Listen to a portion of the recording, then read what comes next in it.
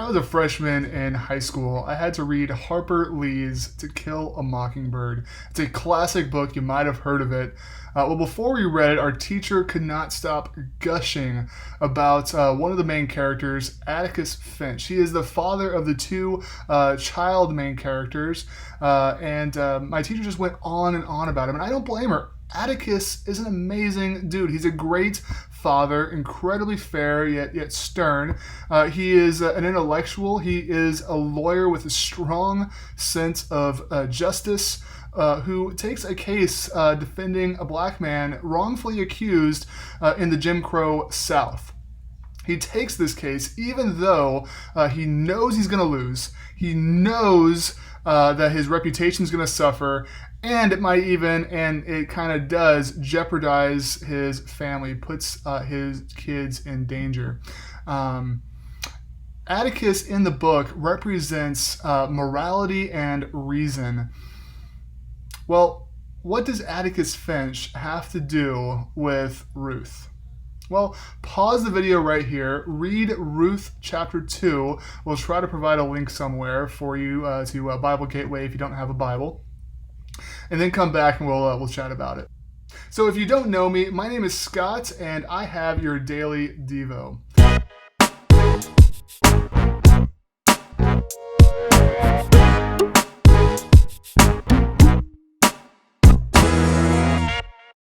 Well, how's it going, Cap City Church fam, and any visitors who tripped and fell into this video? Thank you so much for the click and the view.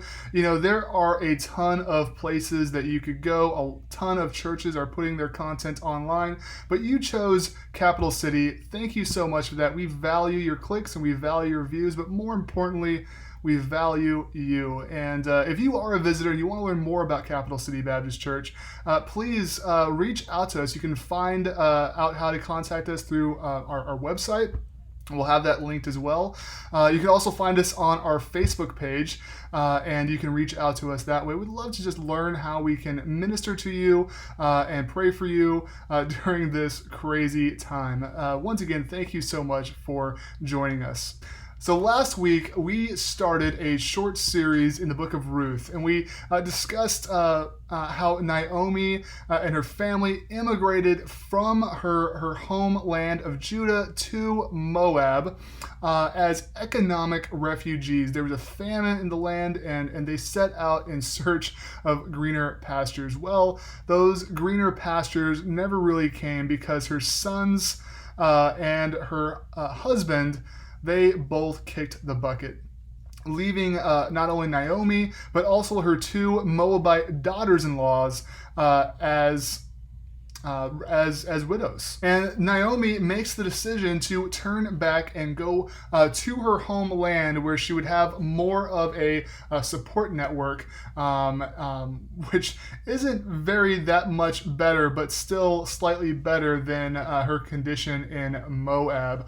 And so she decides to turn back and go back to her hometown, and she urges her two daughters-in-law to go back to their homeland, where they have a much better chance of finding husbands that would be willing to marry them. Not so easy if they were to try to find new husbands in Judah. Ruth, overwhelmed with compassion for her mother-in-law, refused to go back, and she made the seemingly unwise decision to go back with Naomi. She loves her mother-in-law deeply, and she makes this crazy, intense vow to her. She says, "Where you go, I'm gonna go. Where you stay, I'm staying. Where you die, I'm gonna die. And where you're buried, girl, I'm gonna have a plot right next to yours."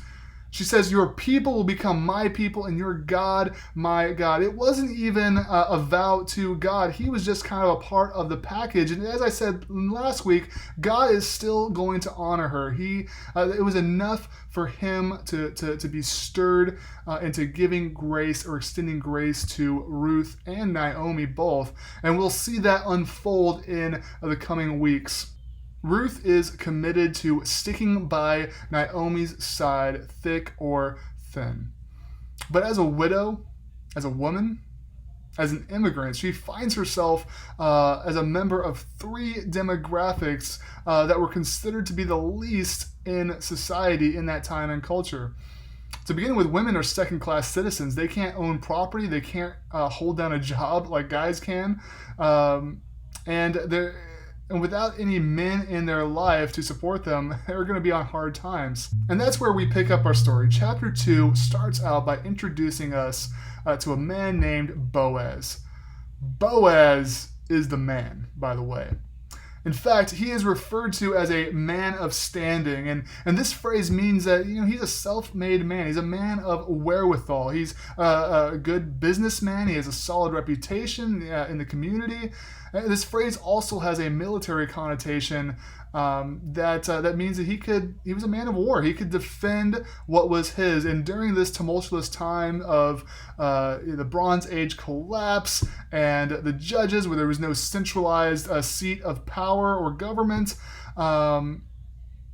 and where he would have to defend his territory against those pesky Philistines running around. This dude was really the BC version of Atticus Finch, except I don't really remember Atticus being a man of war, but just go with it. Just go with the metaphor. So when you think Boaz, I want you to think Atticus. He is a pillar of the community.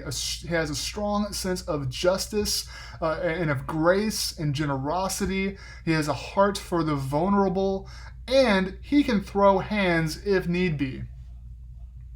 And remember last week when I said that there wasn't a ton of social safety nets like Social Security or food stamps or WIC or any of that jazz? Well, God did institute in his law provision for the poor and for those who can't provide for themselves. And gleaning was the ancient version of welfare. Essentially, God mandated that when you harvest your crops, you're not supposed to pick everything.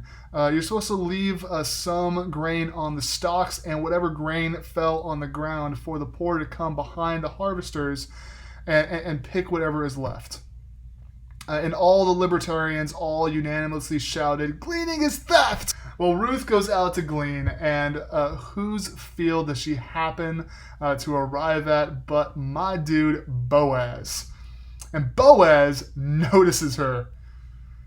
He goes up to his foreman, and he is like, "Hey, who is that chick? She is finer than a frog's hair." That's in the paraphrase version of the Bible. The foreman tells him who she is, and her reputation must have preceded her, because he decides to show just this extravagant display of generosity and favor. He goes up to her and he drops the best pickup line in the Bible. "Hey, baby, don't go gleaning in no other man's field. Just stay right here." Right? And I'm going to start using that pickup line. The next girl that I'm interested, I'm going to go up to her and I'm like, Hey, girl, can I get your number? Can I have it? Why don't you come glean in my field?" Ruth is taken aback by Boaz's generosity. She even makes a point of saying, "Why have I found so much favor in your eyes, even me as a foreigner?" Maybe she expected to be treated harshly. Boaz had to give explicit and repeated instructions to his workers to not mistreat her. Even Naomi told her that if she went to another guy's field, she would probably be mistreated.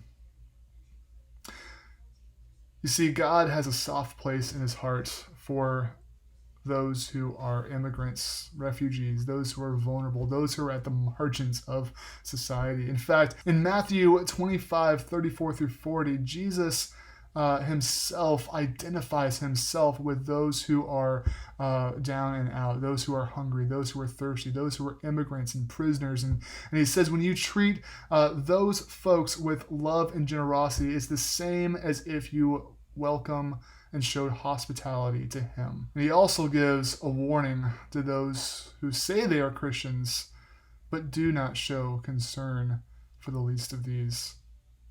And if you read that passage, it is a terrifying warning. This week, my challenge to you is to be like Boaz. After all, there was once a time when we ourselves were aliens, literally alienated from God. But like Boaz, God showed unmerited grace, love, and generosity when he sent his son to die for us, that we could be welcomed not only into his kingdom, but to his family. Well, I hope you enjoyed today's Devo. Have a blessed rest of your week, church family.